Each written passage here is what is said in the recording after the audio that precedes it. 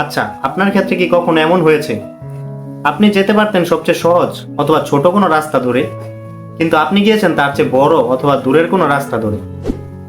হয়তো সেদিকে গাছের ছায়া বেশি, অথবা রাস্তার দুই পাশটা খুব সুন্দর, অথবা কোনো কারণ ছাড়াই আপনার ওই রাস্তা দিয়ে যাইতে ভালো লাগে।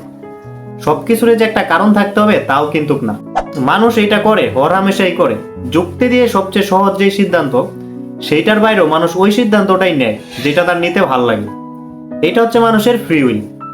মানুষ এটা করে দুইটা কারণে: এক, সিম্পলি তার এটা করতে ভাল লাগে; দুই, সে তার ফ্রি উইলটা জাহির করতে চায়, যে সে সবাইকে বুঝাইতে চায় যে দেখো, যুক্তির বাঁধনে তুমি আমাকে আটকে রাখতে পারবা না।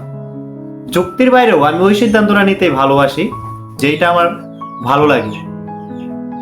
আসলে এই অবজারভেশনটা আমার না, এটা হচ্ছে রাশিয়ান উপন্যাসিক ফিউদর দস্তোভস্কির নোট ফ্রম দ্য আন্ডারগ্রাউন্ড থেকে নেওয়া।